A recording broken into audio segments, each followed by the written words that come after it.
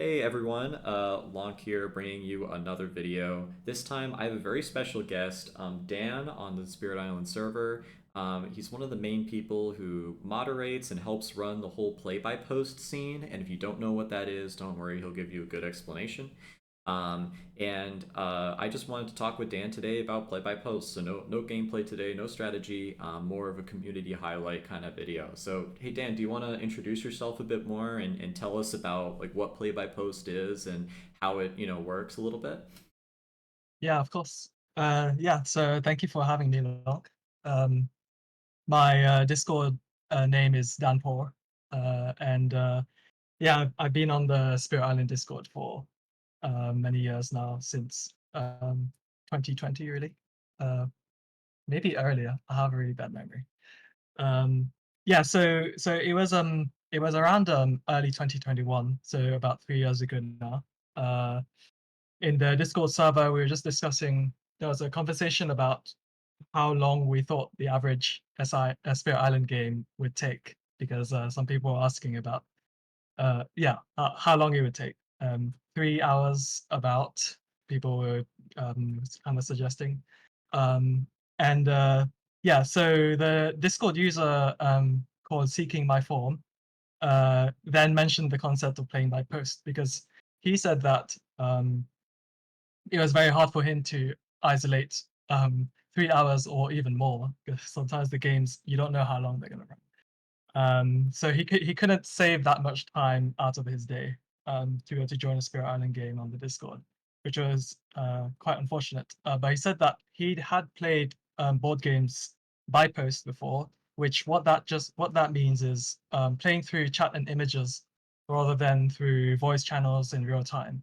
And uh, and so how it works is that players, so you have all of your players together and the host, and the players will post all their game actions in the Discord channel. The host will resolve those actions on their game on their end, and then just send back the screenshots of the game state, and then the players will know what how the game is going and decide what their next moves would be. Uh, yeah, so yeah, we decided to try that. Seeking My Form posted the first play by post.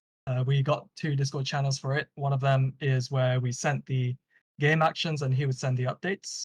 The other one was just for discussion, and we just chat at random times in the day, uh, of like, "Ooh, is this a good move? Should I do this? I have this support card available." Uh, so initially, when he explained what play by post was, and I'd been playing lots of real time games on the Discord, I thought play by post was going to be a an inferior format for playing Spirit Island, because of course, if you're not there to actually see the game change, the game state change, and also there'd just be like lots of time in between turns. Uh, so I thought it would be, it's a format that works for if you don't have the time to play a full game. You can just send messages at random times whenever you have free moments in your day. Uh, but actually, we really enjoyed the format. It probably helped that the players who actually joined it were the very keen people who, we knew each other. We already knew how each other played, so it was easy to like work with each other for planning how to get rid of the invaders. Uh, and we had a lot of banter as well doing that, just in the chat. Uh, I think what was interesting was that um, there are players who uh, the players who do their moves and then go off and do their work. And then in the meantime, there are some players who have way too much free time, so they're just on the channel, talking about all of the possible different plans that you could have, um, for like just the most optimal moves that we could think of. Uh, and so it was also strange because some players would not be there, but that I thought that was fine. Actually, there are players who want to discuss more than others, um, and of course, and in a real-time game, you don't actually want to take too much time discussing because other people are waiting. But with play by post, everyone discussed as much as they wanted, and as long as they wanted, and no one was feeling like that was wasting their time, uh, because of course we're doing our own things throughout the day. Um, yeah, Yeah, if you don't, yeah, that's really cool actually that it just started out of a simple idea because as we know now, it's hugely developed. I mean, there's like dozens of play-by-post channels, dozens of hosts, everyone running their own play-by-post, and it's just funny to hear yeah, about its humble beginnings, you know? And mm, I also really like how you talk about how different players sort of want to discuss more or less and things like that because I yeah, find it really interesting because there's always like some casual games where people aren't really discussing a whole lot. Everyone's kind of playing their own board and maybe drafting some meme cards or whatever. But there yeah, definitely are those games sometimes where players will sit there and like think for like half an hour on how to open it with like I don't know Finder Ocean for instance, right? Think for 30 yeah, minutes about where to even place Ocean's first presence and mhm, those kind of games, like, yeah, like play by post makes way more sense for that, doesn't it? Like, why are we sitting yeah, there for like blocking out 3 hours of our weekend time or something like that to sit there and think about yeah, ocean presence when you could sleep on it and digest it a bit? Um, yeah, mhm, I do wonder, I haven't participated in a play by post myself, but I do wonder if I would really enjoy that at least once in a while. So, mhm. Yeah, it really works for like the different styles of players, the ones who will take a long time, or the ones who just want to finish their turn. uh, um, what was I gonna say? Oh yeah, and you mentioned the humble beginnings. Yeah, so funny enough, play by post, it stayed on. We had three sets of Discord channels for a very very long time, and there were only about like 10-ish players who were in the play by post, who were playing by post in the PBP format. Sorry, uh, and just playing game after game together, always up to 3 games at a time. Um, and then I guess suddenly people caught on that actually PIFS is not an inferior format. Is actually it has some things that can make it more fun than a real time game, as well as of course just being more available to players because they don't have to be around like at the same time as other people who are trying to start a real time game.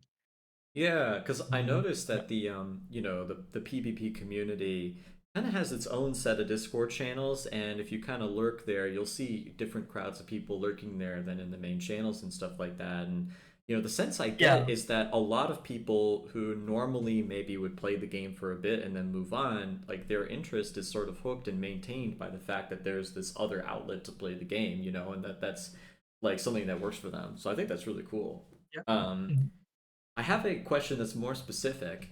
I know now you guys have made a Bitcrafter website, which is basically, for those listening, it's like a website that tracks all of the actual game data for the players and for the hosts, so you can like have what feels more like a spirit board when you're suggesting like what growth to do or what cards to play, and it'll manage energy for you and stuff like that. And this tool has been pretty important for the play-by-post scene because it Yeah, for sure. automatically prints logs in the chat, and it does a lot of heavy lifting for the players. And it also is kind of a source of like the ground truth. So if someone was unsure where a certain spirit was at energy wise, they could check the Bitcrafter or something like that. um, Yeah. so that must have been developed, right? Like someone must have put in a lot of time into making that. I'm kind of curious, do you know who made that and, like when that kind of came about? Yeah, definitely. Um, so I guess before the before the Bitcrafter website was developed, we had to take a lot of screenshots of the game state and post it. Yeah, post it on Discord. And one of the biggest issues was actually that how at the start of the turn everyone always like starts drafting cards.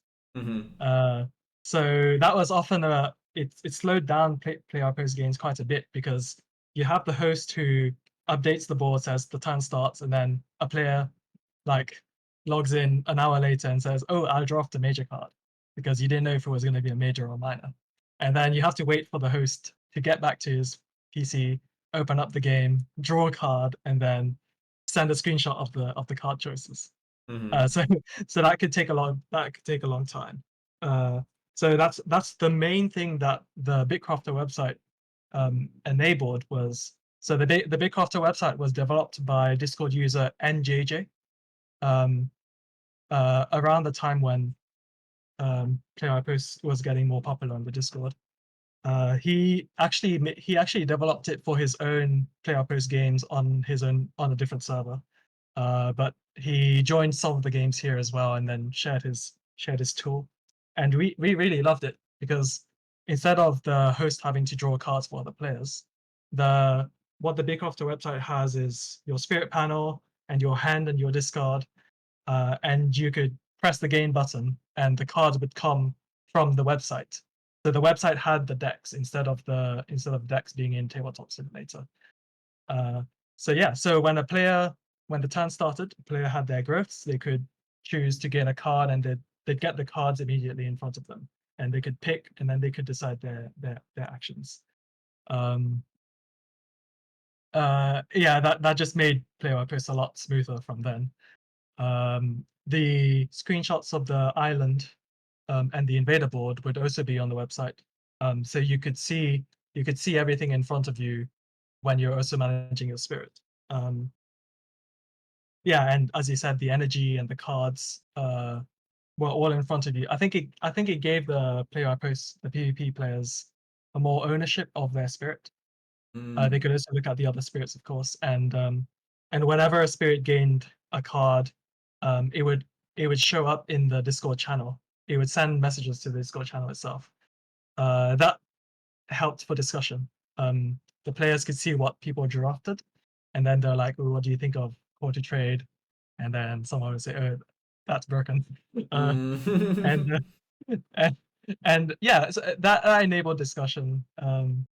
Not that there wasn't discussion before. I think player posts often also helped for learning strategy because um, people could see better what other people were doing and the actions that they were doing, and then Ah. you get some strategy discussion. Yeah, and also Uh, just the oh, sorry, I didn't mean to interrupt. no, it's But fine. I was also just thinking the fact that there's no timer, right? Like if you're a new player Yeah, and you're kind of I think a lot of us felt this, right, when we were starting out in Spirit Island, kind of the decision paralysis, where it's like, oh my God, like I could draft a card. When I draft a card, there's four more choices, and then if it's a major, I even have another choice. And which growth do I do? yeah, Where do I yeah, go? You know, so mhm, I feel like, when you're whether you're an ultra noob player, like very new player, or someone who's just trying to learn an unfamiliar spirit, being in that lobby where you can slow down the game state, really process each turn. I mean, I know as someone who loves Finder, right? That's huge for Finder because yeah, mhm, a lot of Finder's difficulty comes from a couple turns being resolved very, very well. So, like for instance, your turn one usually needs to be pretty on point, um, mhm, and like if you have a lot of time to like solve the game state, like you could literally just go through every single explore, every single possible like follow up and all that kind of stuff and mhm, determine like yes, I can say with certainty almost that this push here on turn one is the most optimal push I can do, and then I resolve this way depending on whatever explore comes up. Like that would really boost Finder's power level, right? Because that's a lot of the difficulty is coming up with that. yeah, So mhm, I do think that that makes sense. It's a good environment for learning new spirits. Because I know in public lobbies, when someone wants to learn a new spirit, usually what we do is just turn down the difficulty a bit, and you know, like they obviously will not be rushed. They'll have extra. People are willing to wait, but there is always this kind of like aura of, maybe you don't want to spend more than like 6 minutes on your turn, something like that, yeah, right? mhm, So exactly. yeah, that Mhm. totally makes sense. Like when a turn starts and everyone around you is like busy with their own spirit, it's really hard if you actually want advice or guidance. But in a PvP, often when you're deciding your turn, there are other players who've already done their turn or haven't. Like they're just hanging around in chat, so you can just take as long as you want to just talk about what you could do with the spirit. Yeah, yeah. I mean, I think Mm. that makes a lot of sense to me. So, Yeah. let's see. I think if you don't mind, I might move down the question list a little bit here. Yeah. Mm. For those watching, I prepared, a list of questions. It's guiding the conversation. It's not secretive, but so, um, okay, what do you think? Because the play-by-post history, right, is not necessarily as simple as I would think. As simple as Seeking My Form wanted to start with a couple channels, then people became more interested in it. Like I'm Mhm. sure, well, maybe not I'm sure, but I suspect that during times of big growth like this, that there might have been some sort of key moments, and like developing the Bitcrafter sounds like it was a key moment, and even just the inception of everything was a key moment. Do you feel like that there are like any like key historical moments you want to highlight for play by post? Like, I don't know, when was the first time play by post beat a double adversary or something like that? Or, really whatever you want to highlight. Mhm. Well, that's probably the first thing that comes to mind is that when we started with play by posts, um, and we came to a realization that player selection for play by posts is a bit less random than for real time games. So say you're an experienced player and you want to try a very high difficulty game, like a double adversary, and you put LFG in the chat, and at that time there weren't that many players like around. You would get like 5 other players, but they would be all sorts of experience levels. So usually you couldn't do those high difficulty challenges. You'd be like, oh, well, I should probably tone it down, and so that everyone who's joining can play. But for PvP, who everyone who has the PvP role and is willing to join games, they're basically always available at any time because yeah, a PvP announcement comes up and there's like a whole day and anyone can join it and they can play whenever they can. You're not restricted to the people in your time zone. Uh, so if you wanted to do a really high difficulty game, you could, and there would be enough players for that who would decide, oh, I could try this challenge and I'll join this PvP. So there was like um, the playing against each adversary with extra boards and double adversaries, of course. Um, and particularly, I hosted the second wave adversary campaign because the players in real games you always play with different in real time games you would always play with different players most of the time. Uh, I would always, after a really nice game, I would usually save the board state and say, "Oh, if we can get the same players together again, we could do a second wave with the same board." But that never happened. But I realized in PvP, I could just keep the same set of players as long as they were still able to play, to keep playing, of course. But it was a lot more easy. It was a lot easier than trying to get them available at the same time. So yeah, we did 7 waves of each adversary, one after the other, at max difficulty. Wait, sorry, did you say Uh, 7 waves?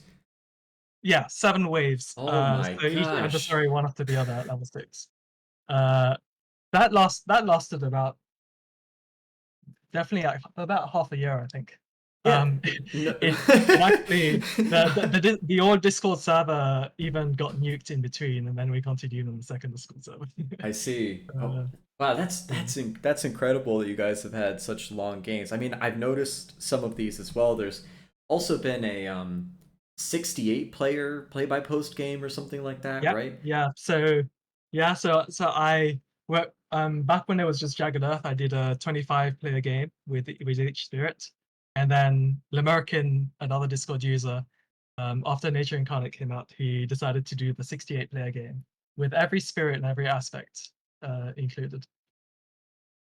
Wow, Um, that's and that's so that's incredible. that's just the number of players that you can have available is a lot more than when you just try and start a random game in the Discord server. Uh, Do you feel like the game is, this is just totally random, but do you feel like the game is more or less thematic with that many spirits? Like, do you think the do you think well, go ahead, I yeah, think sorry. it was quite thematic. So how those massive games worked is you'd have different islets of six spirits each Hmm. that are in an archipelago setting. So you could travel between your islets, or you could just stay on your islet with 6 players, which is definitely more than enough to have have enough things to do throughout the game. Uh, and what was cool was having one of each spirit meant that every combo was possible. Like every combination of every pair that you have enjoyed doing in the past in the different games, you could do all of them at the same time. So it was kind of crazy, but it also felt like everyone was here. Um, so every spirit was in the game doing something. That was a good feeling. Um, and of course, just being able to do very convoluted combos with more spirits than there Oh, I'm normally are. sure. I think Yeah, that is so cool. But I know for me personally, that could definitely be a little bit of like decision paralysis again, because for with the sure. way that I like to play support is I generally like to sort of study other people's hands while they're planning their Mhm, turn and seeing like, okay, where is their hand at? When are they going to reclaim? Like, what are their problems? Okay, they're trying to solve this mhm, right now, and then they're going to play these cards. Most likely, it's going to go to the discards. They're going to need this to bridge that gap. You're like basically trying to figure out where everyone's at. And so, mhm, because I really like to basically be like, aha, I'm pretty sure this player should receive X support, and that way, because I've had lots of games where you'll say like, all right, I have a constancy available. Who wants it? And like, who doesn't want a constancy, right? So you get like 6 tokens on top of your constancy, and you're like, whoa, everyone, I yeah, can only give out one constancy. I'm not fractured.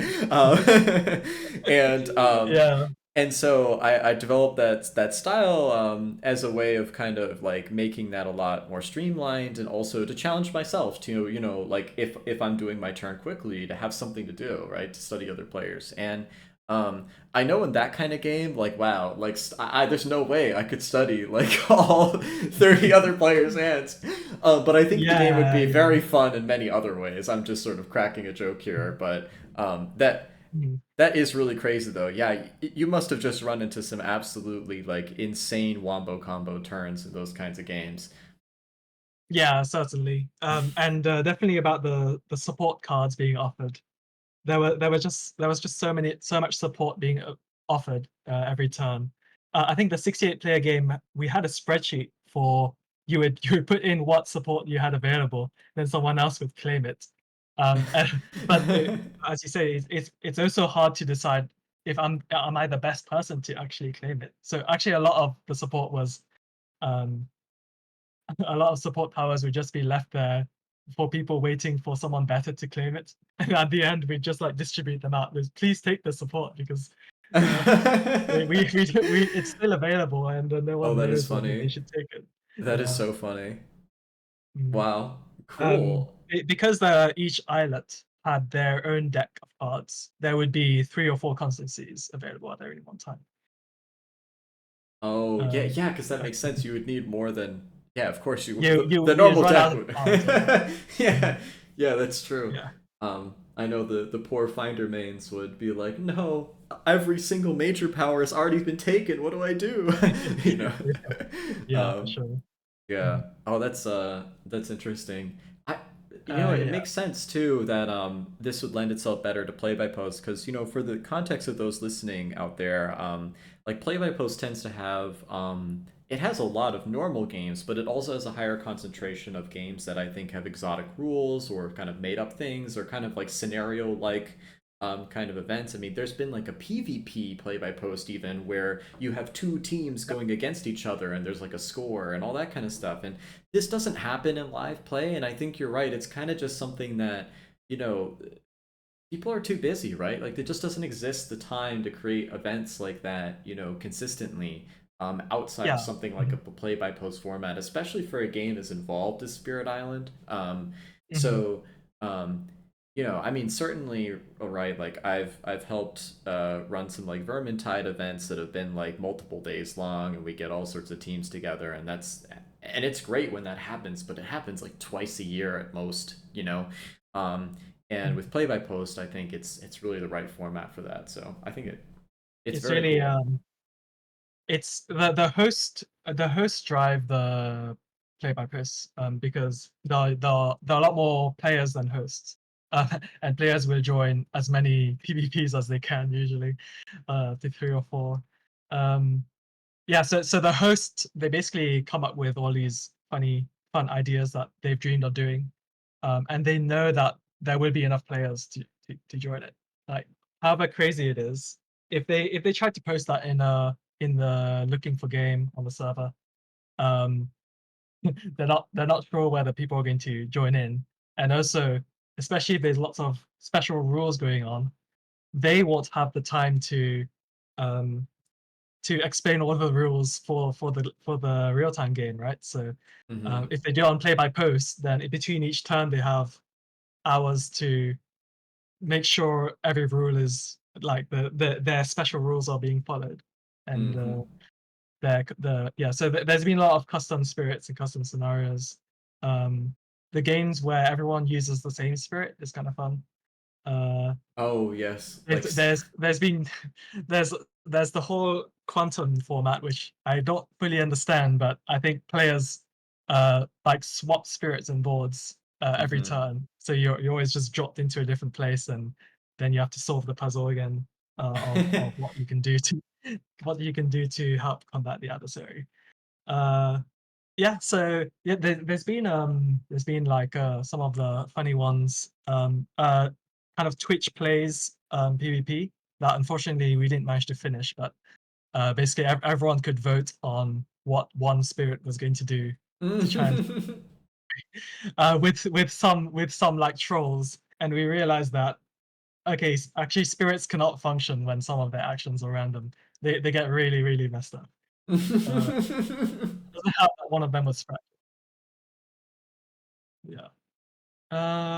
What else is there? There's one of the achievements that was quite nice was that I hosted a play by post for a blind player actually, um, Oh, and that's it worked out pretty fascinating. well because in play by post, well, I just had the time to describe every image in text instead, and he could take his time to read the text, understand what the board gauge looks like, what the board is looks like, and then actually, yeah, play the game. So they won quite handily. Um, That's so and cool. that's just one thing that you can do with Play by Post. Like that's insane. I mean, because okay, so the player, I remember this happening, but I didn't follow it super well. I mean, the player Mm. must have already known the rules of the game and have probably played a couple games before, which I Yeah, already have yeah. questions about how they managed that. I'm very impressed. You Mm. know, but so I guess yeah, you just describe everything about the board state, and they have maybe like narrator or something reading to them everything that you're Yep, typing, and that's they're able to exactly how it process works. it. Wow. Yeah. So as long as everything is in text, he could join in, and he could take his time to understand to actually take his turn when other players in a real game would probably have to wait, and there would have to be a player describing the board state to him constantly. Uh, but yeah, this in Play I Post, he can just read all of the text. Oh, that's so Yeah. cool, and it's so like heartwarming as well that we're able to, like reach a wider range of audiences and like, Yeah. Mhm. be able to accommodate people with setbacks and disabilities. Like, I love that. I think that's so cool. Mm. He actually came to the Spirit Island server because he had heard that it was a board game that could be played by a blind player. Um, and turns out he was right. Yeah, through Play by Wow, Post. Mhm. that's so But cool. it has actually been done with a blind player live. That was one of the game devs who actually made a special version. But that's another story. I see. I mean, I would love to. Maybe I should reach out to this player because I would love to chat with them. Mhm. But Yeah. Wow. Okay, that is so cool. I might shift a little bit here. So we've talked Okay. about like big moments of growth for play by post, right? But Mm. have there been any challenges? Like, were there periods of time where something was? I mean, you mentioned that the server got nuked in the middle of a game, right? You know, that might have been a big challenge. Or if there was something else that was difficult to solve, difficult to get together, or I'm just curious, like, what challenges that you guys have been able to overcome. Uh, nothing very dramatic really. When the server got nuked, and that was a Discord problem. Um, we just recreated our channels and kept on playing.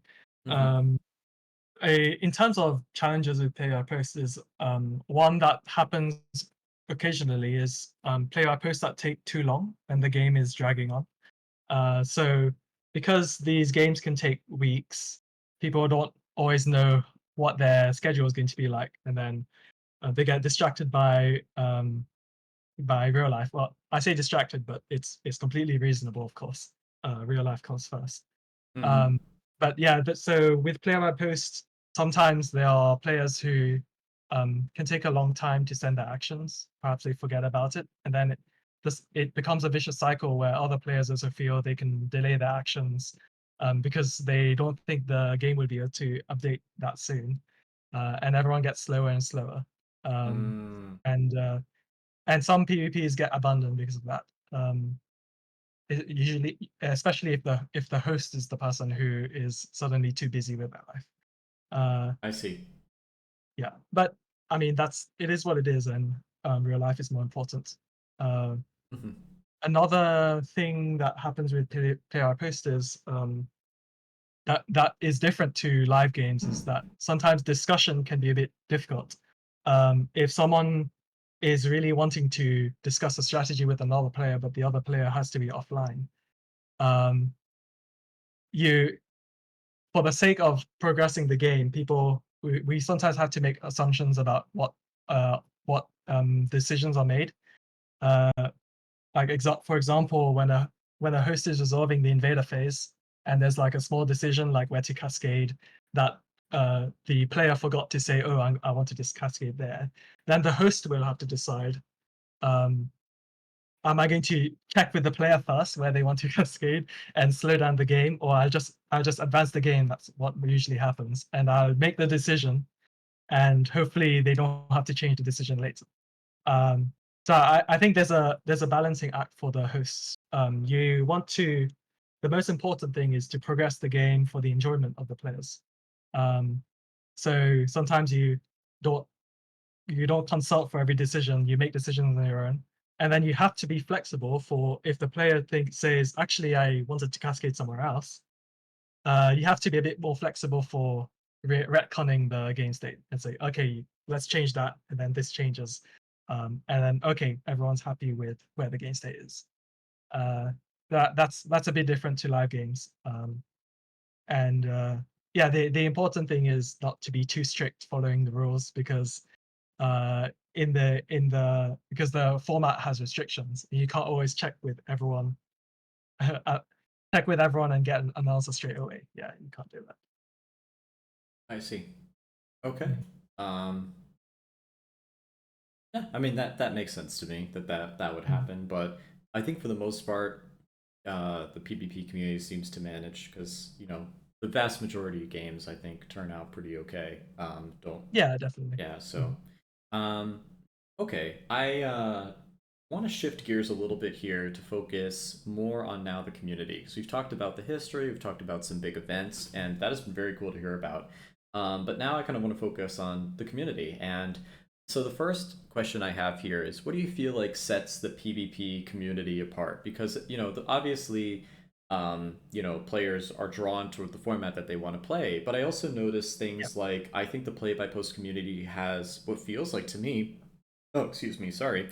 It feels like to me almost a different meta for the game or a different mindset about the game. And, I'm just curious if maybe you can give some insight into that. Yeah. So, honestly, I think the average PvP player is not that different to the rest of the community.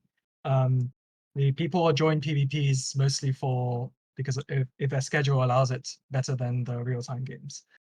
Um, but well, something that can be said is that since the players very often play with the same hosts. Like the host ends the game, they finish a game with the host, and then the host posts another one, and they are like ready to join it again. Um, so you they do PvP players do play with each other more often. Like they see the same people more often. So that can introduce more familiarity, and people make jokes because they know how other players what their the different majors, the different powers that they really like and stuff like that. They can joke about that. Um, Mm-hmm. and also they can get the hang of how experienced each player is, so that you can decide a bit better what type of game you want to play next. Um, so that's about the average player, but I think the PvP hosts are a bit different. So the hosts are deciding what games to do, and I think they're among the most passionate people about most passionate about the game, and trying to create new experiences with the content that we're already familiar with. Uh, and hosting is obviously more work than just playing, so they they must really care about the game to decide to host so that more people can join in. I think some PvP games get like 20 signups because there's so many more players. It would be good if more players decide to host. It's actually not too hard to host. I mean, you went straight into hosting one game without not actually playing anything. So, and I think you're managing. So, yeah, Oh, thank you you. can there can definitely be a lot more hosts, so that more people can play when they want to. Yep. Uh, yeah, and so so I just think these PvP hosts are very kind in giving players who are trying to give back to the community of the experience that they've enjoyed of playing Spirit Island. Yeah, I mean, I think that's really kind, but also pretty true. Most of the hosts I've interacted with are people who are like genuinely passionate about the game and Mhm. very interested in sharing that enjoyment as much as possible. So Yeah. that's definitely matched my experience talking to people that you're referring to. And Mhm. I mean, the main reason that I wanted to do a play by post host and maybe wasn't as much interested in playing is because um, I really wanted to develop more of those kind of coaching play by posts because I noticed Yeah. that oh, I can't remember their name. I think it was Zaya.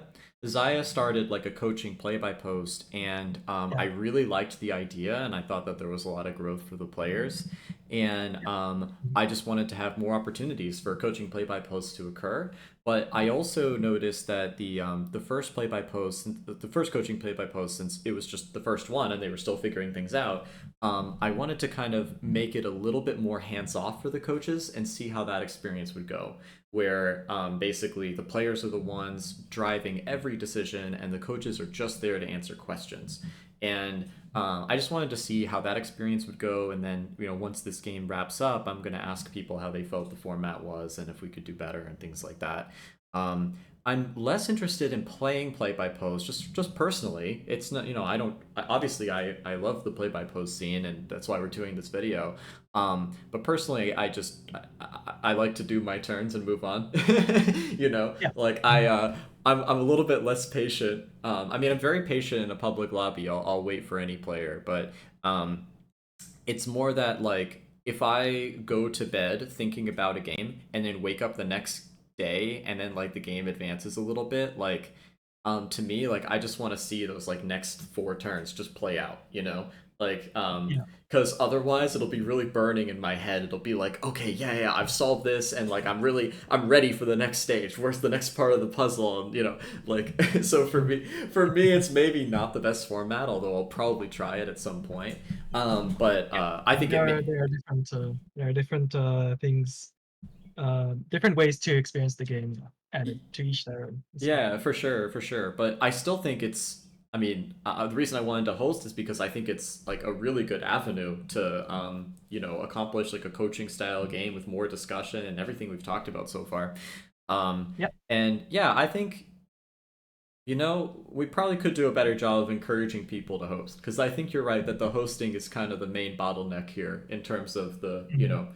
ability to support the players' needs and things like that. Although I do Yeah. think I've noticed that when you sign up for a play by post, they usually ask you if you're already in a play by post, or they'll prioritize newer players, things like that, just to make sure people can get in. Yeah, Um, yeah. Mhm. That's something I introduced just yeah to try and share the players around a bit, yeah, no, so everyone could have some time playing a PvP. yeah, I respect that a lot. And I'm curious, this one you might not be able to answer, but do you think play by post has kind of a different set of strategies they tend to gravitate towards in difficult games than, live play? Uh, Maybe a little. In live play, everyone takes their turns at the same time, and then so you're very focused on your area of influence on the board state. Um, so what's different in play by post is that you are you can have finished your turn, so then you're looking at other people's turns. You can better understand what they're going through on their side of the island, and maybe so there are more combos, I guess, that you people can come up with. Uh, yeah, when they realize that actually this place that is not actually too far from me on the island, I could do something even better than what I was doing before. Then there, I'll switch up my action, trade actions with other players. Um, yeah, the strategy is that you can do a lot more convoluted plans. Um, o on the other hand, it's also true that depending on the how much time you have in the day to look at the game, sometimes you just give your actions and then log off, and then you have to go and do your I things. see, And I then see. that can it depends on the player, but it could also be more individual. Um, Very yeah, interesting, very interesting. when a player has already done all of their actions and you don't want to really like interrupt them if they are not online currently. Uh, yeah, it, it's slightly different, but not too different. Hmm. No, that totally makes sense to me. Um, What one of the funny convoluted plans I think in the 68 player game was when people were figuring out the way to use Bringer of Dreams. If Bringer of Dreams use Melt Earth into Quicksand multiple times oh, and then wow. chucked a bunch of invaders between them, we realized that would actually end the game with a massive fear victory, and So, it was completely feasible. so, Even if I think there were how much fear was it per fear card? 68 times. well, Well, definitely in the hundreds, in the hundreds of fear per fear card. yeah, yeah. I mean, for the viewers, if you don't mind explaining, since I'm not sure everyone's familiar with the Melt Earth meme for Violent Springer, if Yeah, you we could created a just, bunch of memes. yeah, yeah. I mean, if you could just, obviously, it can get really complicated. If you could just give like a Yeah. 15-second description of like what this Uh, strategy is, so people know. Basically, so Bodan can, instead of destroying invaders, generate fear and just push them. So if you put a bunch of Melt Earth into Quicksand, so that power makes it so any invaders moved into the land get destroyed, and then because you're a Bodan, it generates fear and they're pushed out into the other land that has a lot of quicksand as well. Um, so you just throw the invaders between the two quicksands, and every time it moved into a quicksand, it wouldn't just be one quicksand that triggers; it'd be all of them that were there.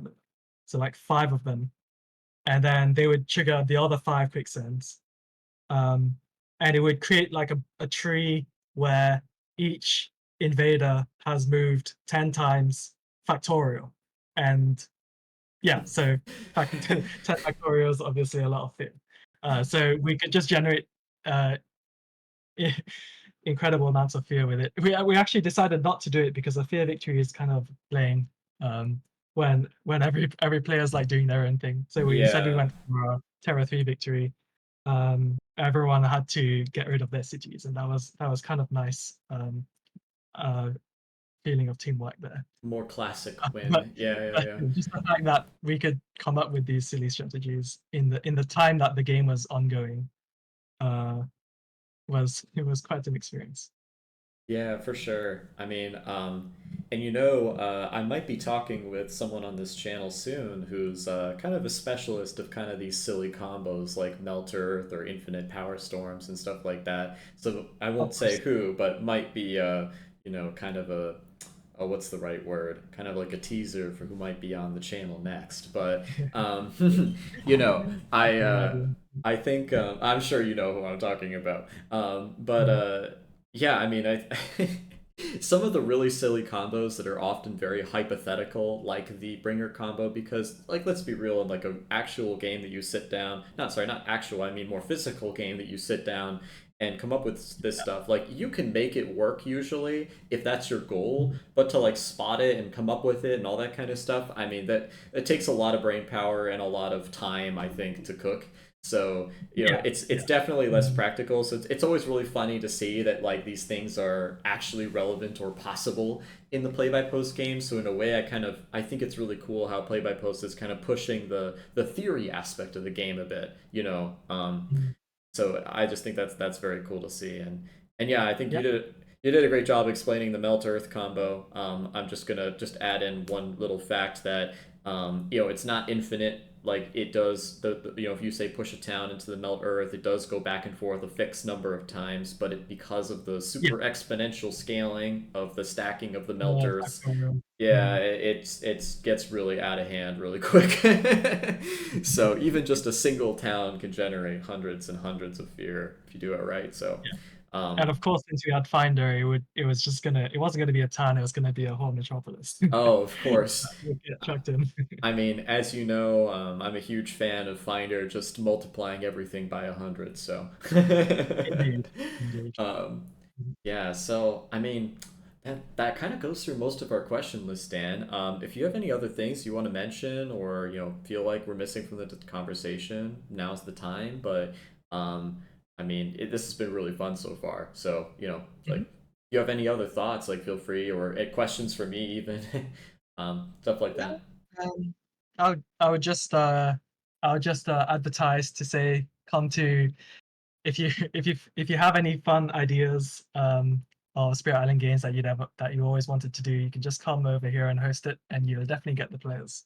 Yep, whether it's like thematic boards to quantum Tetris, Spirit Island, whatever it Yeah, is that you want to play, you guys should hop down and join our community. We're very inviting from people of all backgrounds, and you know, like we're just looking to have a good time and play a board game that's fun. So you definitely feel welcome to join in. And so I think mhm. we're wrapping up here, maybe Dan. Yep. No other thoughts? Okay, cool. All right, well then, thank you so much for talking with me today, Dan. I think I learned a lot. I think that was so cool to hear about, and it's great to see this like whole facet of the community, start so humbly and thrive to what it is today. I mean, gosh, there Yeah. must be like what 40 play-by posts going on simultaneously right now, something insane. Yeah. Um, Yeah, and there are more than 40 channels. oh, more than 40. Jeez, so I I didn't don't know even how get it many of them right. are active right now, but um, they do exist. So at some point there have been 40 channels, oh my 40 games. gosh. Yeah, yeah. Mhm. I mean, because I remember when I was like browsing around the server and I didn't know what play by post was, I noticed there was the role to react that like where you can see the play by post channels, and I clicked it, Yeah. and I was like, suddenly there was like 50 channels available to me, and I was like, oh, what, what is this? And it took me a bit to Yeah. kind of figure out what was going on. But Mhm. yeah, Mhm. anyways, but yeah, thank you so much for chatting. It was great to meet you, and Thank you great very to much for discuss having me. this. Um, Mhm. and yeah, I mean, uh, those at home, join Play by Post. You get to play games with Dan, and others, and all of your cool ideas get to manifest. And um, I'm about to start a Spirit Island Legacy game with that has permanent changes to the board and the cards. a legacy game. Yeah. Can you like Yeah. explain the rule set a bit more? You know Pandemic Legacy, where you get like stickers. So you play a bunch of Pandemic games one after the other, and you get stickers to put on the board and on the cards that they change over time. Uh, Oh. that's yeah, that but in Spirit Island. So you'd be able to like change the terrains of lands and make cards fast and cheaper and things like that. And yeah, I don't Oh, that's crazy. know. It might be a bit too complicated for when we actually try and keep track of all of the changes that happen. But we'll see. We'll see. We'll And see. I'm making the changes so that other hosts can just decide to try it as well. And we'll see. Yeah, wow. 7 waves, of course, again. Actually, eight waves because we've got another adversary now. Wow, that's Yeah, oh yeah, because HME, right? yeah. I don't play HME very much, so I always forget Mm. about it. No, that sounds really cool. Yeah, I mean, if you want to join the Legacy game, you gotta hop in the server soon and react to that sign up. But yeah, thanks for chatting. And just to give some future, I always end by talking about future videos. I've already hinted that I'll be talking with a very theory oriented player in our community, and I think she's got a lot to share. That'll be really cool. And I also have a future video lined up with another player in our community who's very focused on design and game design, spirit design. So I think those will be some cool I videos. I also really should make a little bit more guide content, so maybe Boda's guide coming out soon. We'll see. But yeah, so thank you so much for tuning in. Thanks, Dan, and have a great day, everyone.